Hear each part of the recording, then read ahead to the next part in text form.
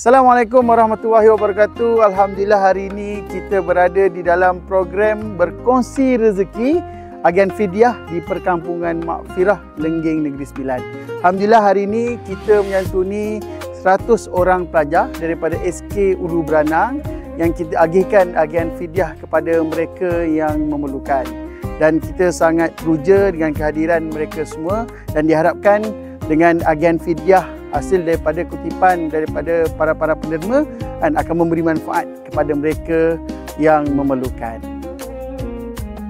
Alhamdulillah, syukur kepada Allah SWT, hari ini program kita berjalan dengan sangat lancar, iaitu program berkongsi rezeki agen fidyah, yang mana hari ini kita berjaya menjalankan program daripada fasa penerangan dan sebagainya hinggalah pada fasa agihan. Dan kita sangat bersyukur kerana kita berjaya mengagihkan kepada seramai 100 orang penerima daripada anak-anak, pelajar dan juga keluarga daripada SK Ulu Beranang Lenggeng Negeri Sembilan. Dan kita harapkan dengan sedikit agihan fidyah ini akan memberi manfaat dan juga kemudahan dalam kehidupan mereka dengan adil bantuan, insya-Allah. Jutaan terima kasih kepada para penyumbang yang sudi menyumbang kepada Yayasan Maghfirah dan Perkampungan Maghfirah. Kerana dengan sumbangan tuan-puan lah kita dapat buat program agihan-agihan seperti ini.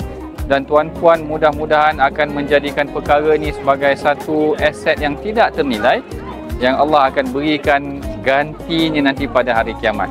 Dalam sebuah hadis Rasulullah kata, innallaha fi auni 'abdi ma damal 'abdu fi auni akhi. Iaitu selagi mana seorang hamba itu membantu satu keluarga ataupun seseorang, maka Allah akan sentiasa berada membantunya dalam memberikan bantuan kepada orang yang memberi dan juga orang yang menerima itu tadi. Terima kasih sekali lagi kepada para penyumbang. Semoga usaha ini diberkati Allah, insya-Allah. Saya Muhammad Fashal Fadil nak mengucapkan kepada semua atas bantuan yang telah diberikan kepada kami oleh daripada Bapak.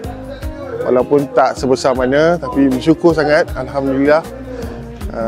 Itu je lah, terima kasih kepada semua.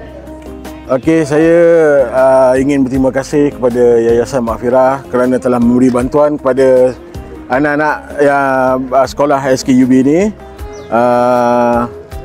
Dan saya berdoa semoga Yayasan Maghfirah ni insya-Allah semoga dimurahkan rezeki, panjang umur yang bertugas di sini. Semoga tempat ni berkat oleh Allah. InsyaAllah semoga dipermudahkan urusan lah. Itu doa saya.